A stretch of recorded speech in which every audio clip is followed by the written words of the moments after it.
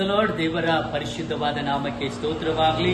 ಈ ವಿಡಿಯೋ ಮಾಡ್ತಾ ಇರುವಂತಹ ಮುಖ್ಯ ಉದ್ದೇಶ, ಕರ್ತನು ಕಳೆದ ದಿನದಲ್ಲಿ ಒಂದು ಜೀವಂತವಾದ ಸಾಕ್ಷಿಯನ್ನ ದೇವರು ನಮಗೆ ಕೊಟ್ಟಿದ್ದಾರೆ. ಏನಂದ್ರೆ ಇವತ್ತು ನನ್ನ ಜೊತೆಯಲ್ಲಿ ಇರುವಂತಹ ಸಹೋದರಿಯ ಹೆಸರು ಬಂಗಾರಿ ಎಂಬುದಾಗಿ ಹೇಳಿ, ಅವರು ಹಳಂಗಳಿ ಪ್ರಾಂತ್ಯದವರು.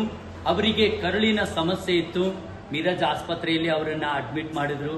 ಡಾಕ್ಟರು ಈಕೆ ಬದುಕೋದಿಲ್ಲ, ಈಕೆಗೆ ಏನನ್ನೂ ನಾವು ಕೈಯಿಂದ ಮಾಡ್ಲಿಕ್ಕೆ ಆಗೋದಿಲ್ಲ ಎಂಬುದಾಗಿ ಹೇಳಿದ್ರು. ಅಲ್ಲಿಂದ ತೆಗೆದುಕೊಂಡು ಬೆಳಗಾಂ KLA ಅಡ್ಮಿಟ್ ಮಾಡಿದ್ರು.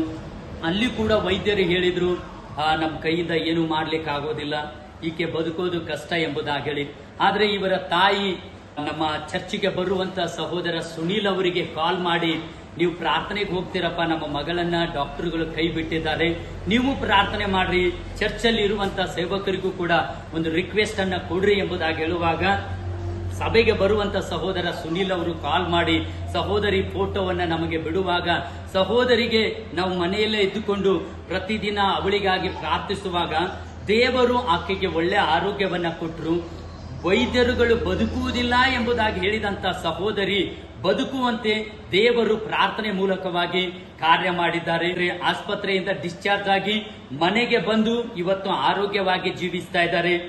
ಅವರು ಹೇಳುವಂತದ್ದೊಂದೇ, ನನ್ನನ್ನ ಎಲ್ಲರೂ ಕೈ ಬಿಟ್ಟಿದ್ರು, ಕೈ ಹಿಡಿದಿರೋದು ಯೇಸು ಸ್ವಾಮಿಯಾಗಿದ್ದಾನೆ. ಒಂದು ಪ್ರಾರ್ಥನೆ ಮಾಡುವಾಗ ದೇವರು ನನಗೆ ಆರೋಗ್ಯವನ್ನ ಕೊಟ್ಟರು, ಬಲವನ್ನ ಕೊಟ್ಟರು, ಇವತ್ತು ನಾನು ಜೀವಿಸ್ತಾ ಇದ್ದೇನೆ ಎಂಬುದಾಗಿ ಹೇಳಿ ಸಾಕ್ಷಿಯನ್ನ ಕೊಡ್ತಾ ಇದ್ದಾರೆ. ಕಾರಣ ಏನಂದ್ರೆ, ನಮ್ಮ ದೇವರು ಅದ್ಭುತ ಸ್ವರೂಪನಾಗಿದ್ದಾನೆ, ಅಪ್ರಮೇಯ ಮಹತ್ ಕಾರ್ಯಗಳನ್ನ ಮಾಡಿದಂತ ದೇವರಾಗಿದ್ದಾನೆ.